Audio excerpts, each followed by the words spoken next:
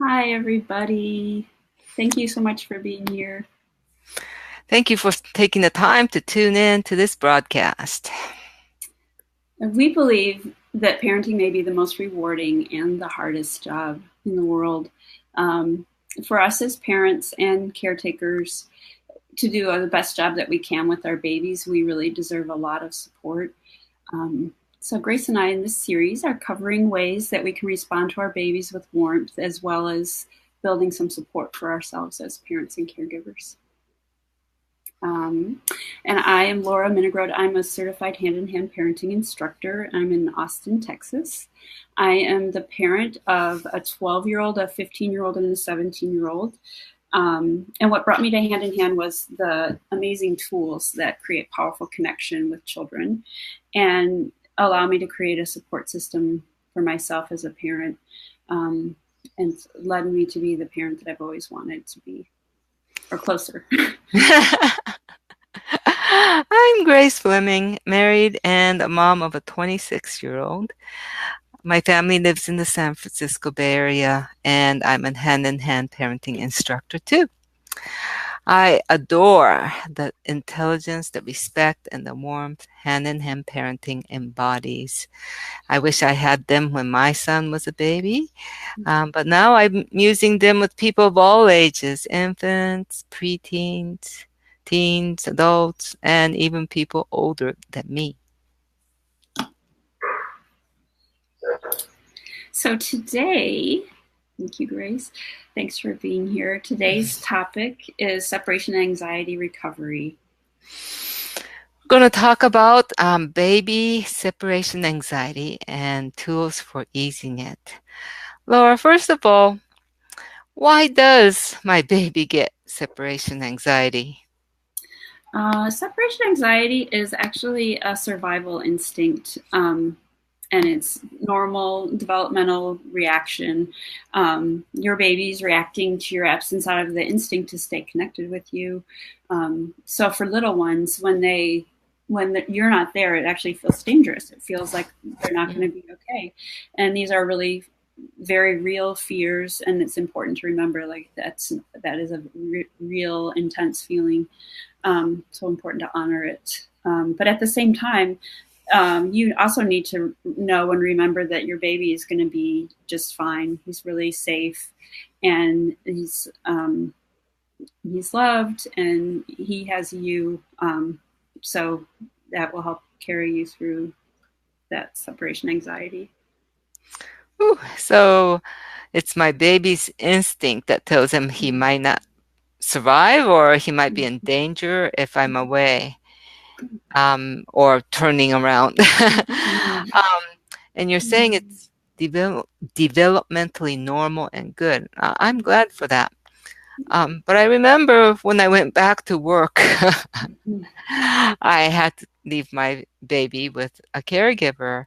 And I know I found a really trusty, good, loving caregiver, but my baby still cried. What could I have done about it? Well, keep in mind that your baby is just a brilliant observer. And like you said, we find people that we really trust, but our babies still, know that there's something a little different here. He's missing someone Mm, really important.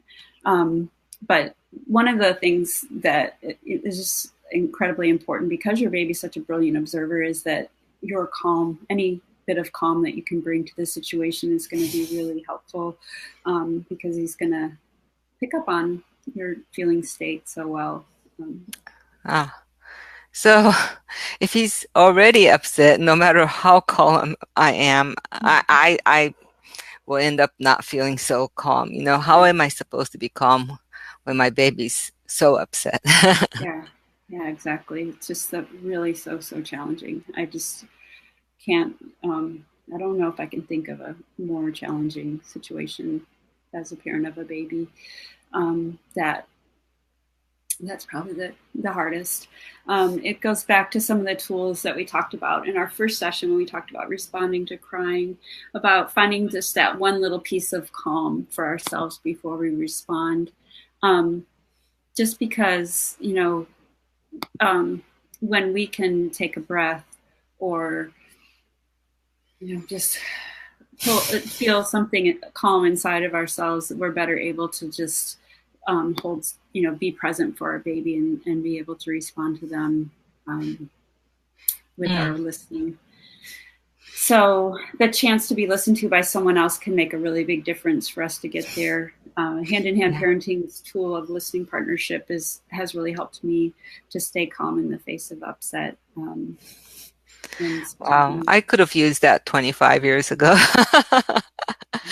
Well, so Laura, all I have to do is be calm and loving, and my baby won't have separation anxiety. Actually, it's a probably going to happen. It's more about how to stay calm and get through the separation anxiety. Um, we this isn't really a quick fix. There's not like a really easy way to just make it go away. It's more about working through it. So looking at it as a project, um, you know, approaching it knowing that it's a really normal and natural thing, and you're going to do your best to be as calm and responsive as you can. Will be. Mm, I think that's the best that we can do.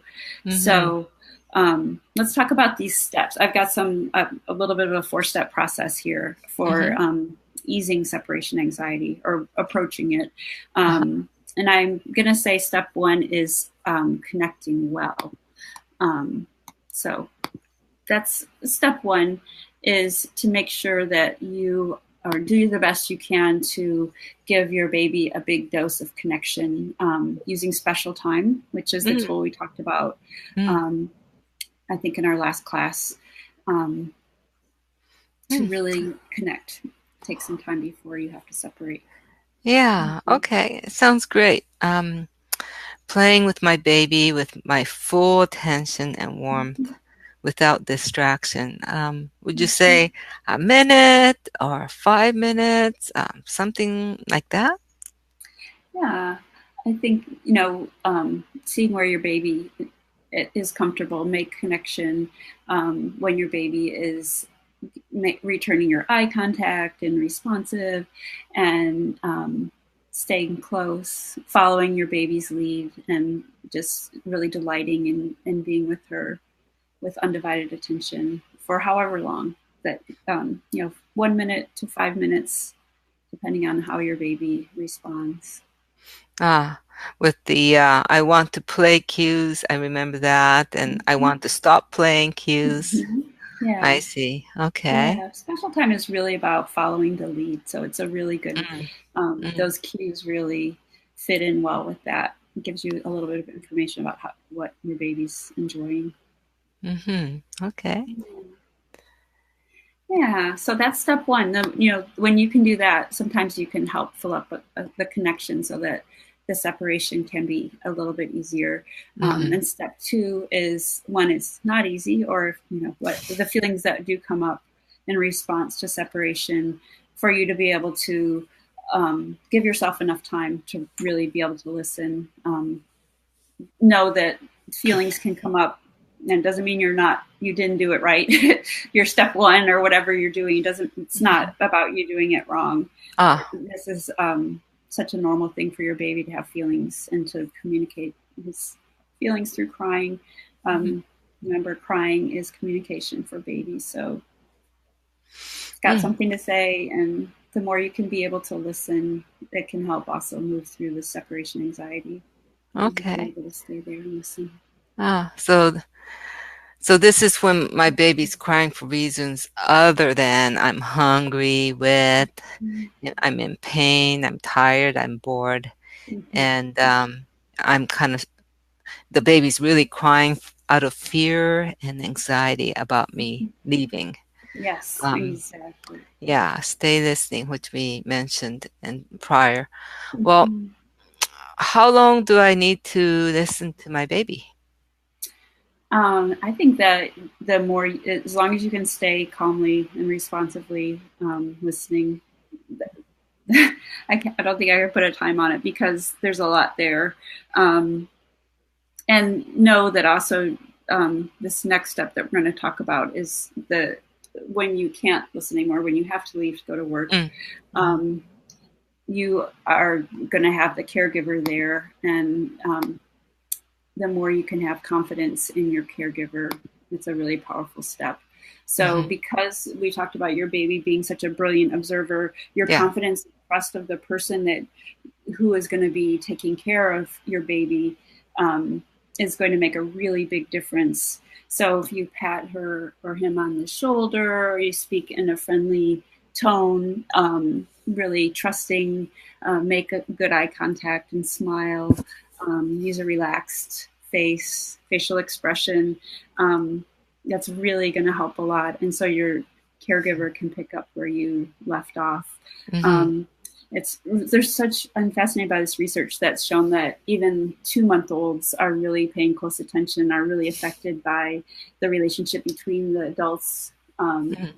the two adults in their life, Mhm. and their stress level is affected by how well those two adults in their life are connecting. Mhm. um, so babies are just so smart and so tuned in, and so Mhm. just knowing that for you, that having a confident relationship with the person who's going to be taking care of your baby is a really important part of this process. Mm, I love it.